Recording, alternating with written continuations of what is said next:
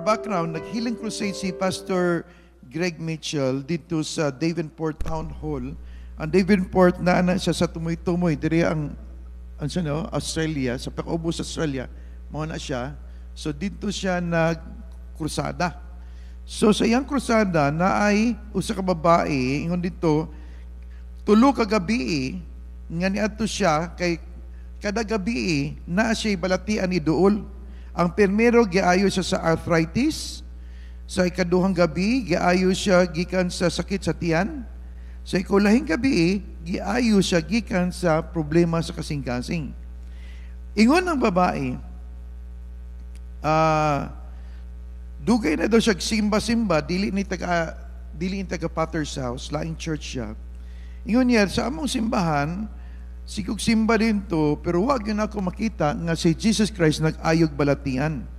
Ingon siya, kung buhi pa, kung bana niya, nakabalo siya nini, di wag ito mamatay, no? Ang tubag ni Pastor Greg, yun po niya, that is tragic. Niya, how could someone attend church their entire life and never hear one time that Jesus heals the bodies? Okay, salamat sa Ginoo kay diri nagtuta ayohon ta sa Ginoo. Amen? Okay. So, ingon niya, ang problema daw sa mga churches kung wala nini is wala sila biblical doctrinal basis for believing in healing. So, nagresulta kini sa walay nakita nilang naayo. Okay? So, partial ang ilang pagtuo sa pulong sa Dios. Kita, mga Pentecostal ta, we believe 100% what the Bible says. Amen ba? Hallelujah. Okay. Ang atong topic ay nakoy The Healing Foundation, chapter 2 ni siya. Naiupat parts ani, hopefully matapos na to. Okay, sugdan na nato, the origin of sickness. Okay, sa panahon sa paghimo sa Ginoo kay Adan og Eva, sa Genesis chapter 1 verse 28, naghiskot diri that then God blessed them and God said to them, be fruitful and multiply, fill the earth, subdue it, have dominion over the fish in the sea, over the birds of the air, and over every living thing that moves on the earth. In other words, mo kini ang original plan sa Ginoo. Nindot kayo nung panahona nga wa pa sila nakasala, wala gyud balatian ang tao. In fact, ang tao higala dugay mamatay. No, kabalutan 900 plus years old si Adan, usa siya namatay. Okay? Ang atong body na capability to renew the dead cells. So, ang part sa atong body. So, kung naay problema ato ang lawas, kaya niyang ayuhon. Matulog ka lang, iya na ng ayuhon. Mukaon ka lang, iya ng ayuhon. Gidesign kini sa Ginoo nga mulahutay ang atong lawas. Amen? Okay. Karon, naghimo og covenant ang Ginoo. Remember, foundation niya nata sa origin of sickness. Naghimo og covenant ang Ginoo sa tao, nga ingon ang Ginoo, kabalutan nini nga, naiduha ka kahoy, ang kahoy sa kinabuhi o ang kahoy sa kahibalo. Ang ingon ang Ginoo diri nga sa tanang mga tanaman pwede siya mo kaon, pero but of the tree of the knowledge of good and evil you shall not eat, for in the day that you will eat of it you will surely die. So kung imong lang tumanon ang samtang ginatuman nila ang covenant, wala sila mukaon sa gidili nga pagkaon, unsay situation, walay balatian, walay ubo, walay sipon, no, dili maski unsa maligo sila, wa pa may ulan tong panahon na, pero no, dili sila ingon, ay basig unsa ko, basig ubuhon ko, wala, no, wala sila pain, wala sila suffering, wala sila fear, wala sila hate. Ang naa sila, puno sila sa kalinaw, kalipay, katagbawan. Naman ay, kita, nag-desire niya na, gusto ta magbakasyon, gusto makita, mag-relax ta, gusto nato nga makatilaw o kanang kalipay ba? Kaya ginapangita nato ang Garden of Eden experience. Kaya gidesign yun ta sa Ginoo. Nga ingon, ana, excellent ang ilang health. No? Kung unsa sila, pa-laboratory, nindot ang ilang mga numero, no? Walay kaas kolesterol, na wala sila taas o ka ng BP, wala taas ng sugar, no? Maski kung saan nila kaon, di gyud sila masakit, no? Ang gidili lang isa kining bunga sa kahoy nga gitawag og tree of knowledge. Okay? Pero kung supako nila ang covenant, okay? Ingon ang pulong sa Ginoo, okay? You shall surely die. Unsay pasabot nini? This is the process of death. Okay? Wala sila yung sinamatay dayon, pero ang balatian is a process of death. Okay? Ang pain, suffering, kining mga negatibong panghitabo sa itong kinabuhi, walay kalinaw, walay kalipay, this is the process of death. Wala na itong una. Samtang nagpailalom sila sa covenant. Pero kabaluta sa storya, they disobeyed. Okay? Okay, paspasan ta lang ni because this is very foundational. Okay? So, pagkahuman nila kahagbong, okay, human nila sala, gipahawa sila. Ini ako ning ginatudlo, nganong gipahawa sila? Ang uban, pagtuo sila nga, ang Ginoo nasuko nila. Wala na suko ang Ginoo nila. No? Tinod, ang Ginoo wala malipay sa ilang gibuhat, pero wala sila gidumtan sa Dios. Nganong gipahawa sila tungod na sila condition nga dili maayo kung makaon nila ang bunga sa kahoy sa kinabuhi, may silang walay katapusang diferensyado. Okay? So gipahawa sila sa Ginoo. So dili sila pwedeng umakaon na sila sa bunga sa kinabuhi. Mahimo na silang immortal. So mahimo na silang sama ni Satanas, no? Mo nang ang gihimo sa Ginoo, gipapahawa sila, gigwardyahan ang Garden of Eden. Ingon therefore the Lord God sent him out of the Garden of Eden to till the ground from which he was taken. Okay? Nagingon Ginoo nga sila nahimong sama na kanato na naay kahibalo. Kung mahimo silang ingon ana nga situation na dili na sila pwedeng luwason sa Ginoo kung naa na sila immortal bodies. So, ang pinaka-goal ani, ipapahawa sila para pwede pa silang luwason sa Ginoo. Amen? O mao ka na ang ato ang great-grandparents.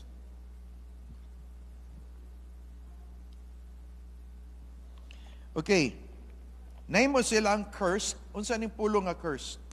Ang pulong nga cursed, nagpasabot kini nga na ang lawas nimo, ang lawas nila nga dati, ma-function sila naturally kini mo resist sa mga klase-klaseng balatian, dili sila basta-basta matakdan, kay nagi-design ang Ginoo, ang lawas nila nahimo ng vulnerable. Ang pulong nga vulnerable, kining dali ng matakdan.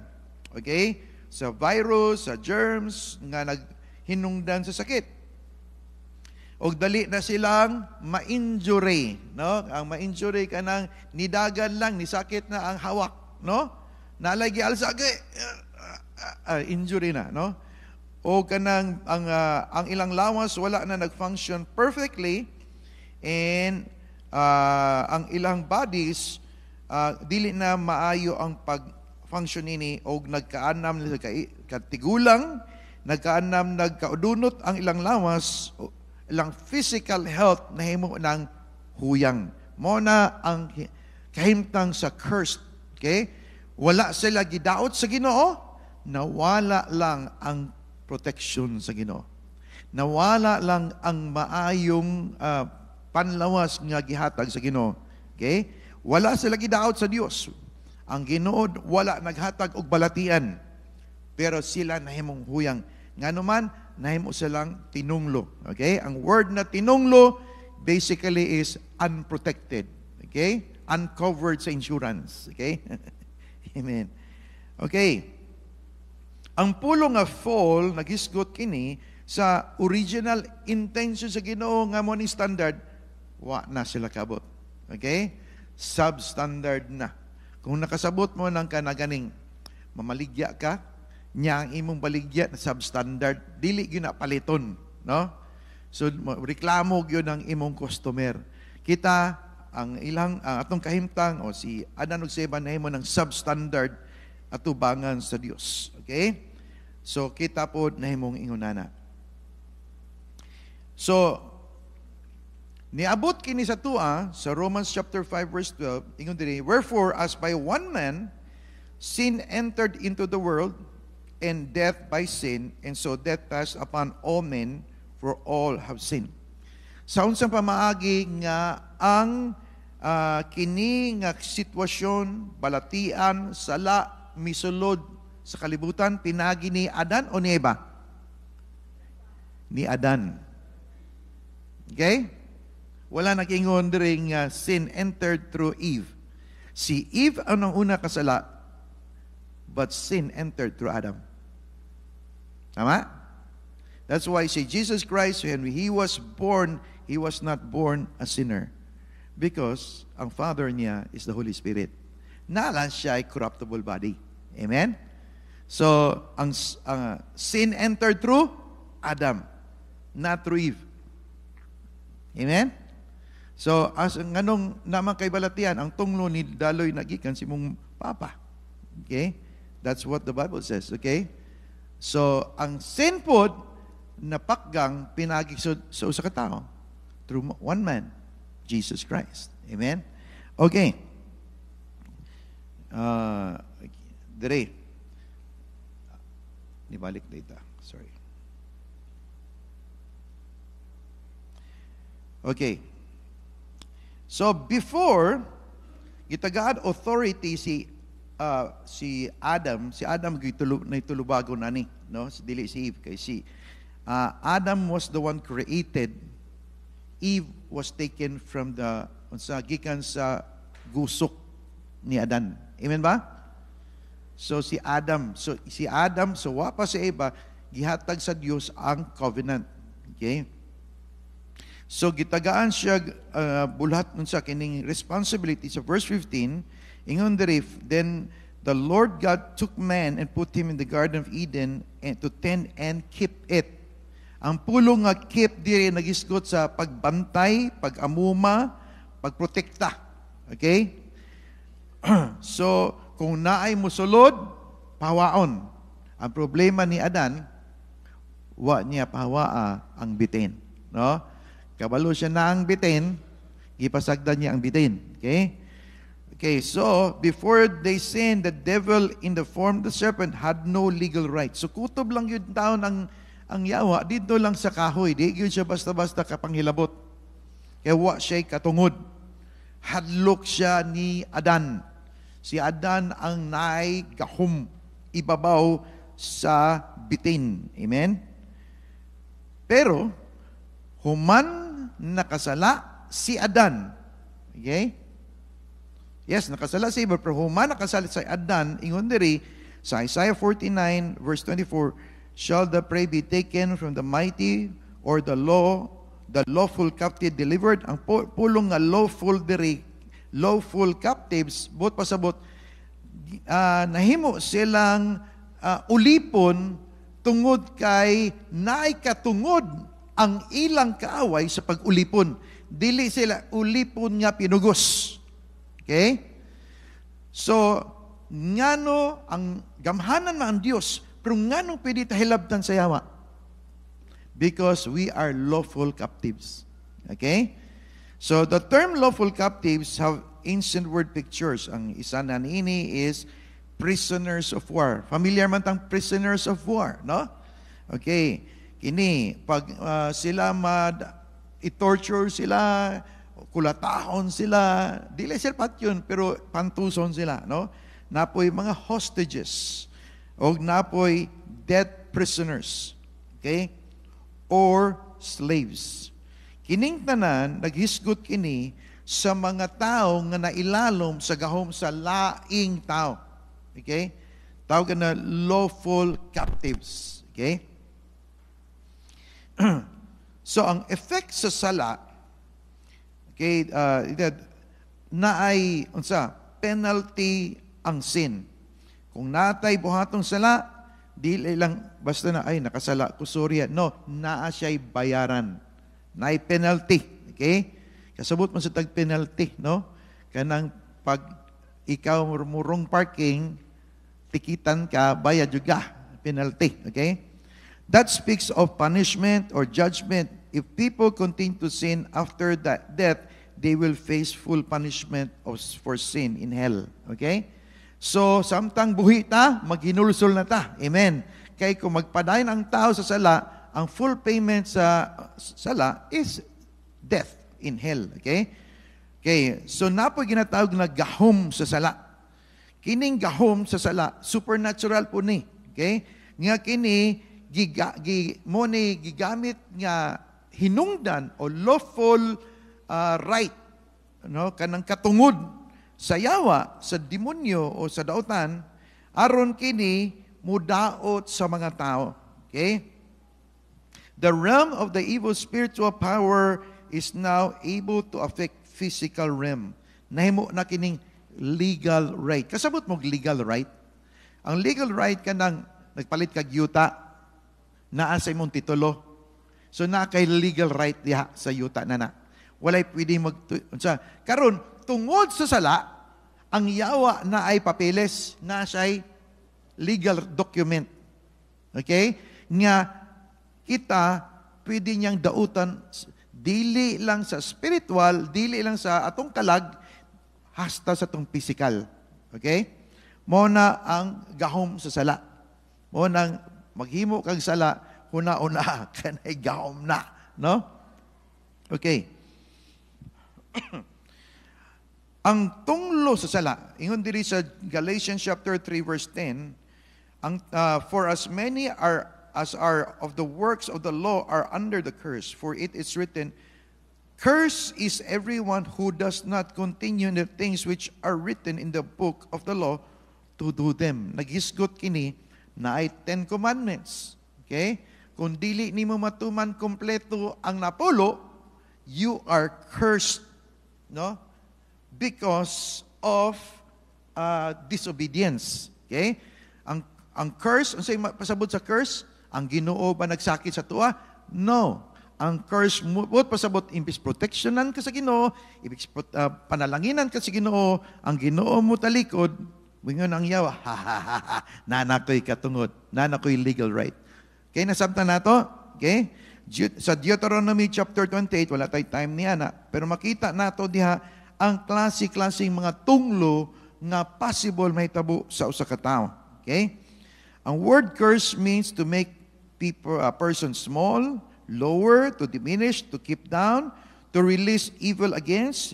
So daghang mga makita nato sa note ninyo diha Deuteronomy chapter 28. Okay.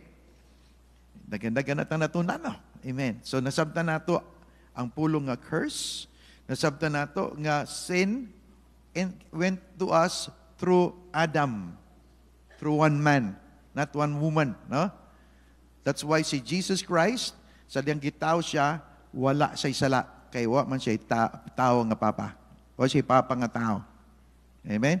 Ang iyang papa, ang balang spirito. Amen? That is the wisdom of God. So pagkatawa niya, tao tod siya, pero wag siya'y sala.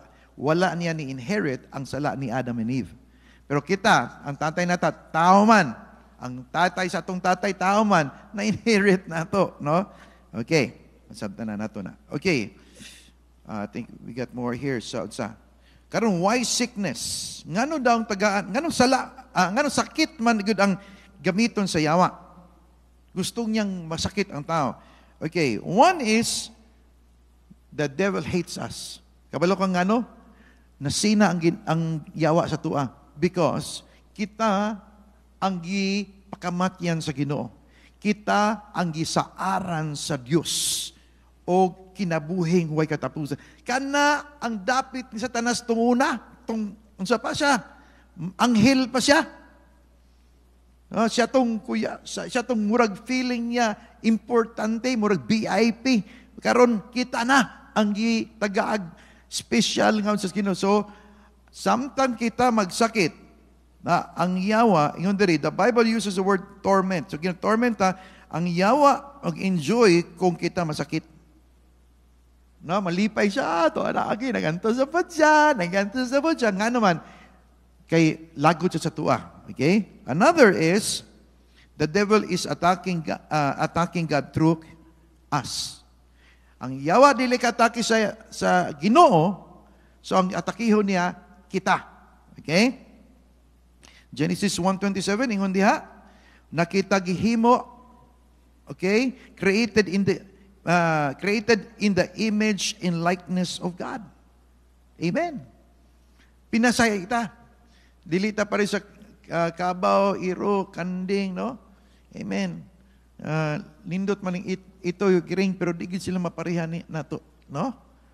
Kay kita ang gihimo sa Ginoo sa iyahang panagway. So kung kita magkasakit, mura po ang Ginoo iyahang nabutangan og daotan. Okay? So kung ikaw magbalatian, pagtuon nimo nalipay ang Ginoo, wala oy naulawan ang Ginoo oy. Ang yawa ang nalipay. Okay, daghang mga Kristohanon karon moingon magud gihatag man ni sa Ginoo sa kuha, ako na lang dawaton. Dili ang Ginoo naghatag nimo, ang yawa. Amen ba? Ang yawa naghatag nimo ni ana nya giampingan nimo pag-ayo, kining ako ang diabetes, oh Lord. Para ni sa imo Lord ning diabetes na ako. Oy dili sa yawa na. Amen. Amen ba? Okay, kung na kay sakit, gikan na sa yawa, dili na gikan sa Dios. Okay? Okay, number 3, the devil understands that the effects of sickness are far wider than the body. Unsa lang, kung magsakit ka, kabalo siya ang yawa, di ka ganahan mo adtog church, di ka ganahan basag Bible, di ka ganahan mag-ampo kung masakit ka. Amen? No? Kabalo ang yawa nga kung masakit ka, mawala ka sa kabubuton sa Dios. Magpastor ka unta, mamuhat ka unta, pero kay nasakit man ka, ay di ko qualified kay sakit man ko. No? Unsa ba? O yun diri, kung na kay sakit, unsa himuon sa yawa? Himo ipabati sa imo ang guilt. May ka, nganong di man ko maayo? Dili jud ko siguro mahal sa Ginoo. Lipay ang yawa. Tama dyan. Wa jud ka mahal sa Ginoo. Pero naghatag daig sakit ang yawa. Amen? Mayon ka nga, siguro nasuko ang Ginoo sa kuha. So, may mo kang guilty. Kanunay. Tungod sa imong sakit, kanunay ka guilty. Inanta ka, gimahal ka sa Ginoo. Gitagad ka sa Diyos, gipakamatian ka sa Diyos. Amen? O sa tinulang pagkabanhaw niya, ingon niya, ipahibalo ning maayong balita. Amen? Hallelujah. So, maayo na gyud ta karon. Amen? Hallelujah. Ay na, ang pingin mo ang balatian. No? Hallelujah. Budgetan pa nato. No? Sickness can make people view God incorrectly. Sa Job chapter 2 verse 9, ingon sa asawa ni Job, are you still holding on to your integrity? Curse God and die. So, ang sakit ni Job, naghatag og sayop nga panlantaw sa asawa ni Job, may tungod sa Ginoo. Pagtuon nila, gikan sa Ginoo ang sakit. Sa inyo niya, tungluha ang Ginoo. Mamatay na ka. Okay? Naitaw gingan Ted Turner, ilado ni siya nga sa atheist. Ingon, nahimo ni siyang atheist kay namatay ang iyahang sister. Nagampo daw siya. I prayed for healing but she died so I don't believe in you, in God. Okay? Kini kinsa naghatag og balatian kay Job? Ang Dios o ang yawa? Ang yawa, okay? Unsa ingon ni Job? The Lord take it, the Lord give it, the Lord take it, blessed be the name of the Lord. Tama ba to? The Lord, ang Ginoo naghatag og sakit, naghatag og anak, ang Ginoo ni kuha sa kong anak. Ang Ginoo ba ni kuha sa kong anak? Iyang anak? Dili, di ba? So wrong view. Parang nindot lang kay si Job, niyo siya, blessed be the name of the Lord. Pero wrong view to, man siya kabalo ato. Kita nakabalo. Si Job wala. Wala siya idea na siguro yawa. Amen. No? So that's a view, unsa creates a wrong view nga ang Ginoo naghatag nimong sakit, bakak na siya. Dili na tinuod. Gika na sa yawa. So ayaw na gyud na dawata. Ay na naampingi. Okay? Okay.